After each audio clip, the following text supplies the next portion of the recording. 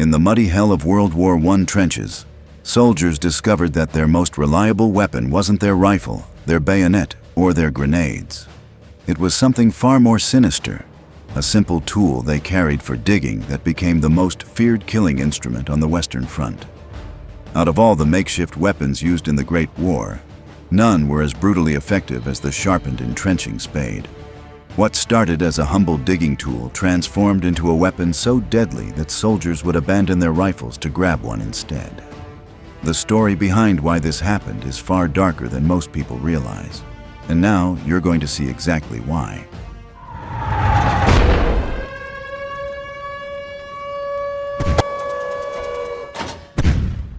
When people think about World War I combat, they usually picture soldiers charging across no man's land with rifles and bayonets. But the reality of trench warfare was completely different. The Western Front stretched over 400 miles from the North Sea to Switzerland, creating a maze of interconnected trenches, dugouts, and tunnels that became the setting for some of the most brutal close-quarters fighting in military history. These weren't the wide-open battlefields of previous wars where traditional weapons could be used effectively. Instead, soldiers found themselves fighting in cramped, muddy corridors barely wide enough for two men to pass each other. The conditions inside these trenches were nightmarish beyond imagination.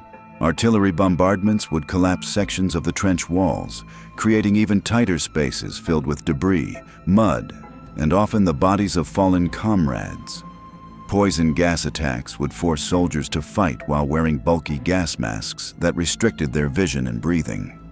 Rain would turn the trench floors into knee-deep mud that sucked at boots and made quick movement nearly impossible. In this environment, the weapons that armies had trained with for decades suddenly became liabilities rather than assets. The standard infantry rifle of the time was typically over 4 feet long, and with a bayonet attached, it could reach nearly 6 feet in total length. In the narrow confines of a trench system, this length became a serious problem. Soldiers would find their rifles getting caught on trench walls, tangled in barbed wire, or simply too unwieldy to maneuver effectively when an enemy soldier appeared around a corner just a few feet away. The bayonet, which military doctrine had emphasized as the ultimate close combat weapon, proved to be equally problematic in these conditions. But the real issue with bayonets went deeper than just their length. The thin blade was designed for thrusting attacks, which required specific angles and positioning to be effective. In the chaos of trench raids, where soldiers were often fighting in complete darkness or dim lighting, these precise movements became nearly impossible.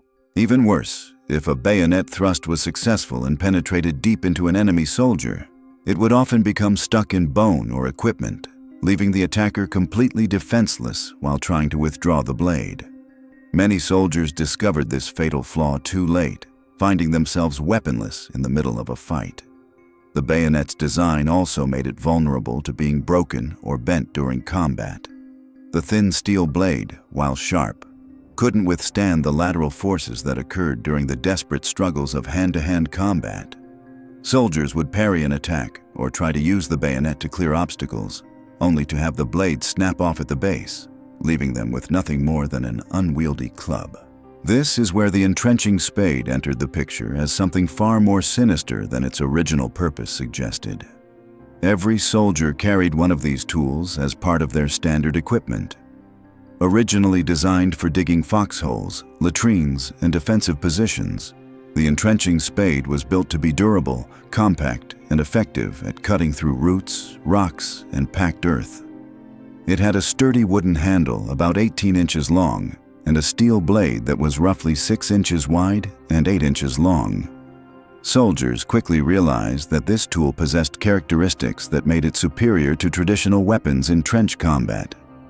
The compact size meant it could be swung effectively in tight spaces where a rifle would be useless.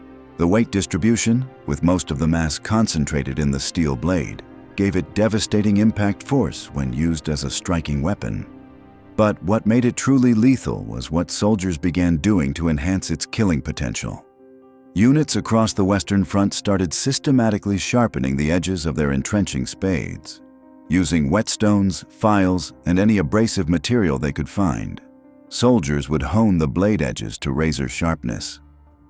This modification served a dual purpose that reveals the pragmatic horror of trench warfare. A sharper blade was more effective at cutting through roots and hard-packed earth during digging operations, but it also transformed the tool into a weapon capable of inflicting devastating wounds on human targets.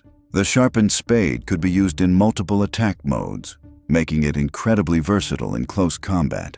It could be thrust upward under an enemy's chin or into the soft tissue of the throat and neck area.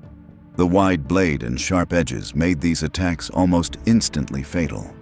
It could also be swung like an axe, using the concentrated weight to deliver crushing blows to the head, neck, or shoulders. The combination of cutting-edge and blunt force trauma made it uniquely deadly. It could slice through flesh and bone while simultaneously delivering bone-crushing impact. One of the most chilling aspects of the sharpened spade was its effectiveness in what soldiers grimly called dugout clearing operations. When attacking forces overran enemy trenches, they would systematically move through the connected dugouts and bunkers, searching for defenders who might be hiding or regrouping. In these confined underground spaces, traditional weapons were completely useless. The sharpened spade became the tool of choice for these deadly encounters. There's a haunting literary reference that captures the brutal reality of this weapon's use. In Nancy Mitford's novel, The Pursuit of Love, a character keeps an entrenching tool hanging over his fireplace. The same tool he used in 1915 to kill 8 German soldiers one by one as they crawled out of a dugout. The weapon remained covered with blood and hair decades after the war, serving as a grim reminder of its effectiveness. While this is a fictional account, it reflects the genuine terror and methodical killing that the sharpened spade enabled. The psychological impact of using such a weapon cannot be understated. Unlike shooting an enemy from a distance, using a sharpened spade required soldiers to be within arm's reach of their targets. They could see every detail of their opponent's face, hear their final words, and witness the immediate effects of their actions. This intimate violence left lasting psychological scars on many soldiers who survived the war. The effectiveness of the sharpened spade extended far beyond World War I. During World War II, both German and Soviet forces used entrenching tools as weapons, particularly during the brutal house-to-house fighting in Stalingrad. Soviet Special Forces units were specifically trained to use the short-handled Russian entrenching shovel as a weapon, understanding that its compact size and devastating effectiveness made it ideal for close-quarters combat missions. Modern military forces still recognize the dual nature of the entrenching tool. Commando units and special operations forces around the world are trained in its use as both a utility tool and a weapon. The basic design has remained largely unchanged because its fundamental advantages in close combat situations are still relevant today. The dark reason trench soldiers turned to shovels for killing wasn't just about weapon effectiveness. It was about survival in conditions so horrific that normal military doctrine became meaningless. In the muddy, confined hell of the trenches, soldiers discovered that staying alive meant abandoning everything they'd been taught about warfare and embracing whatever tools could keep them breathing for another day. The sharpened entrenching spade represented the ultimate adaptation to this nightmare environment, transforming a simple digging tool into one of the most feared weapons of the Great War.